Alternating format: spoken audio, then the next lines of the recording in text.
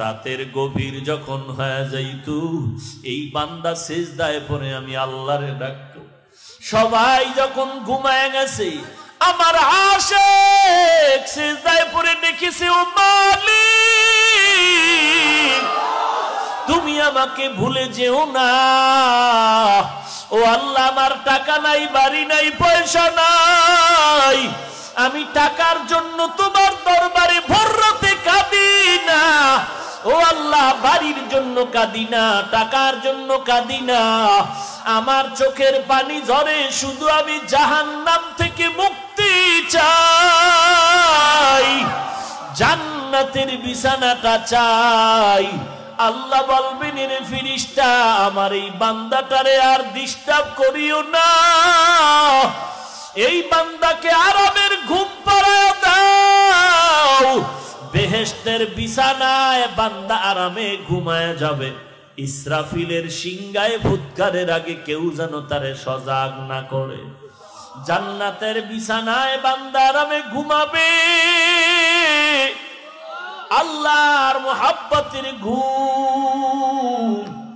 এরে নবীর উম্মতের দল, এরে আমার যুবক ভাই, ও পর্দার আড়ালের মা বোনেরা, একটু ভালো করে শুনে কবরে যাও। এই যে গতকালের ঘটনা না আজকের ঘটনা, মাদ্রাসার ছাত্র অ্যাক্সিডেন্ট হয়ে মরে গেল। বাড়িতে গিয়া খবর নাও, মায়ের ঘুম নাই, বাবার ঘুম নাই, পাগলনির মতো মা চিৎকার করতেছে, কোথায় গেল আমার কলিজার টুকরা সন্তান। হাফেজে কোরআন, কোরআন তেলাওয়াত শুনলে কলিজা ঠান্ডা হয়ে যাইত। এরে সন্তানের মা, এমন একটা সন্তানের মাও যদি হইতে পারতারে মা, জীবনটা ধন্য। কারণ কোরআনওয়ালার এত দাম, কিয়ামতের ময়দানে কোরআনওয়ালা একা জান্নাতে যাবে না, আরো 10 জন গুনাহগার জাহান্নামীকে সুপারিশ করে জান্নাতে নিয়ে যাবে। এরে নবীর উম্মতের দল, কত ছাত্ররা অ্যাক্সিডেন্ট হইয়া ঢাকা মেডিকেলে কান্নায় বিভোর, কোনো হুঁশ জ্ঞান নাই রে বাবা। কয়দিন আর যৌবনের বাহাদুরি করবা? এই চোখে দেখতে দেখতে কত বন্ধুরে হারায় ফেললাম, এই জীবনে কত লাশের সামনে জানাজার ইমামতি করলাম, এই হাত দিয়া কত কবরস্থানে মিনহা খালাকনাকুম বলে মাটি দিলাম। কোন দিন আবার আমার গায়ে মাটি পড়বে জানা নাই, কোন দিন আবার মসজিদের খাট বের হইয়া তোমার ঘরের দরজায় যাবে, ঘরের দরজায় গিয়া দাঁড়ায় যাবে।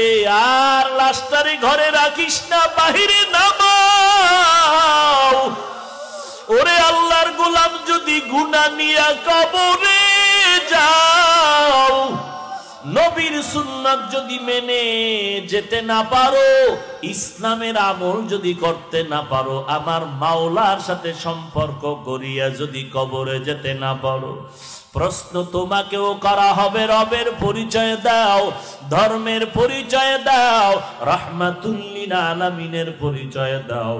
সাথে সাথে তুমি ওই গুনাহগার হয়ে গেলে বলবে হা হা লা আদরি, কোনো জবাব তো দিতে পারবে না, বলবে বড় আফসোস, আমি কিছুই জানি না। তখন আবার আল্লাহ আওয়াজ দিবেন, রাগান্বিত আওয়াজ। আল্লাহ বলবেন, এরে ফেরেশতা, এই বান্দাকে একটা সেকেন্ডের জন্য ছাড় দেওয়া আর হবে না। দুনিয়াতে আমার দেওয়া পানি, আমার দেওয়া মাছ, আমার দেওয়া গাছের ফল, আমার দেওয়া জমিনের ফসল, আমার দেওয়া চাঁদের আলো, সূর্যের আলো, আমার দেওয়া বাতাস, আমার দেওয়া নেয়ামত সব ভোগ করিয়া আমার হুকুম মতো চলে না, আমার ইবাদতে মসজিদে গিয়া নামাজ আদায় করে নাই, আমি আল্লাহ রাগ করিয়া পানি বন্ধ করি নাই, বাতাস বন্ধ করি নাই, সূর্যের আলো বন্ধ করি নাই, গাছের ফল খাওয়া বন্ধ করি নাই, বরং আমি আল্লাহ বারবার ডাকছি, আয় আয় তওবা কর। বান্দা তওবার দরজায় ফিরে যায় নাই। আমি যত সার দুনিয়াতেই দিয়েছি, এখন আর এক সেকেন্ড সার দেওয়া হবে না। এ ফেরেশতারা আর দেরি করা যাবে না। এই কবরের মধ্যে জাহান্নামের বিছানা বিছায়া দাও। আর বলবেন, আল্লাহ বলবেন, এর কবরের মাটি এই জাহান্নামী গুনাহগারকে দুই পার্শ্ব থেকে একটা জোরে চাপ দাও। কবরের দুই পার্শ্বের মাটি এমন জোরে চাপ দেওয়া শুরু হয়ে যাবে রে বাবা, চাপের কারণে পাজরের হাড় চুরমার হয়ে যাবে। একটা নয়, দুইটা নয়, 70 থেকে 99টা সাপ ওই কবরে জাহান্নামের আগুন। এরে যুবক, আল্লাহর কোরআন মিথ্যা মনে করিস না, নবীজির কথাগুলো মিথ্যা মনে করিও না রে বাবা। গুনাহ করে করে জীবনটাকে যারা নষ্ট করেছো, পায়ে হাত রেখে বলি, ফিরে আয়, তওবা কর। চোখের পানি ছেড়ে কান্না করে তওবা করো আর বলো, আল্লাহ এই ময়দানে আমার মতো গুনাহগার আর কেউ নাই। শয়তানের ধোকায় পড়ে কত গুনাহ করেছি রে আল্লাহ। আমার গুনার খবর আমার মা বাবা ভাই বোনেরা জানে না। যদি জানতো, কেউ আমাকে আপন বলে কাছে রাখতেন না। ও আল্লাহ, আপনি জানার পরেও রাগ করিয়া আমাকে ফালায়া দেন নাই। মেহেরবানি করে আজকে এই তওবার দরজায় ফিরে আসলাম, মাফ করে দেন। আর জীবনে নামাজ ছাড়বো না, বেপরদায় চলবো না, মা বাবার বিরোধিতা করব না, আলেম ওলামাদের বিরোধিতা করে গুনাহগার হব না, সহিভাবে কোরআন পড়ব, নামাজ পড়ব, মুরব্বীদের সাথে বেয়াদবিমূলক আচরণ করব না, দেশ ও জাতির বিরুদ্ধে ষড়যন্ত্র করব না। তওবা করার যদি নিয়ত হয়, খাঁটি তওবার নিয়তে দুটো হাত আল্লাহকে দেখায় দাও। আল্লাহ সবার হাত কবুল করে নেন, তওবা কবুল করে নেন, তওবার উপরে মজবুত হয়ে চলার তৌফিক দান করেন, আমিন। আলহামদুলিল্লাহি রাব্বিল আলামিন, ওয়াসসালাতু ওয়াসসালামু আলা সাইয়্যিদিল আম্বিয়া ওয়াল মুরসালিন ওয়া আলা আলিহি ওয়া আসহাবিহি আজমাইন। ইয়া আরহামার রাহিমিন, ইয়া আরহামার রাহিমিন, ইয়া আরহামার রাহিমিন। রব্বিরহামহুমা কামা রাব্বায়ানি সগীরা।